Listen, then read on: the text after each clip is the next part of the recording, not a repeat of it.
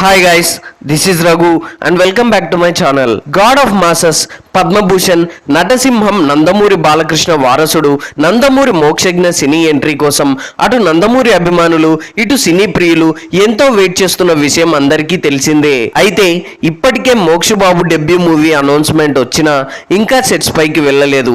పూజా కార్యక్రమాలు కూడా జరగలేదు. జస్ట్ ఓ పోస్టర్ తో ప్రకటన మాత్రమే వచ్చింది. హనుమాన్ మూవీతో ఒక్కసారిగా లైమ్ లైట్ లోకి వచ్చిన ప్రశాంత్ వర్మ మోక్షజ్ఞ డెబ్యూ మూవీని తెరకెక్కించనున్నట్లు అనౌన్స్మెంట్ వచ్చిన విషయం తెలిసిందే. అది జరిగి 6 నెలలు దాటుతున్నా ఇంకా ఎలాంటి అప్డేట్ లేదు. దీంతో ప్రాజెక్ట్ పూర్తిగా ఆగిపోయిందని ఆ మధ్య సోషల్ మీడియాలో ఊహాగానాలు చక్కర్లు కొట్టాయి. ఆ తర్వాత ప్రశాంత్ వర్మ కాదని మోక్షజ్ఞ డెబ్యూ డైరెక్టర్ ఈయనే అంటూ పలువురు పేర్లు కూడా వినిపించాయి. ఇదంతా కాదు, బాలయ్యే స్వయంగా పరిచయం చేస్తారని కూడా టాక్ వచ్చింది. కానీ ఇప్పుడు సోషల్ మీడియాలో ఓ క్రేజీ అప్డేట్ చక్కర్లు కొడుతోంది. ప్రశాంత్ వర్మ మూవీతో మోక్షు బాబు ఎంట్రీ ఇస్తారని, కానీ కాస్త టైం పడుతుందని తెలుస్తోంది. ఎందుకంటే ప్రశాంత్ వర్మ ఇప్పుడు జై హనుమాన్ మూవీ పనులతో బిజీగా ఉన్నారు. గతేడాది సంక్రాంతికి వచ్చి బ్లాక్ బస్టర్ హిట్ గా నిలిచిన హనుమాన్ మూవీకి సీక్వెల్ గా ఆ సినిమా తెరకెక్కుతుంది. ప్రస్తుతం జై హనుమాన్ మూవీ పనులు శరవేగంగా జరుగుతున్నాయి.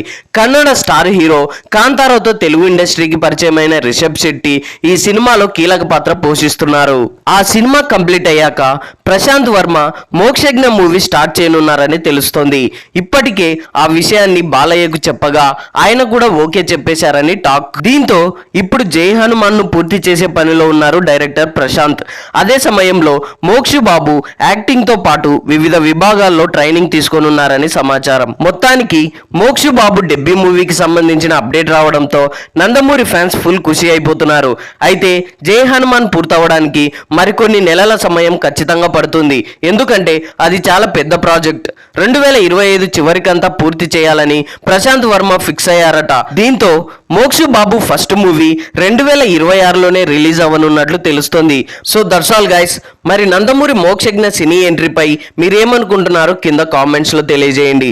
ఐ హోప్ ఈ రివ్యూ మీకు నచ్చింది అనుకుంటున్నాను. ఈ రివ్యూ మీకు నచ్చినట్లయితే వీడియోని లైక్, కామెంట్, షేర్ చేసి నా ఛానల్ని సబ్స్క్రైబ్ చేసుకోవడం మర్చిపోకండి. Thanks for watching.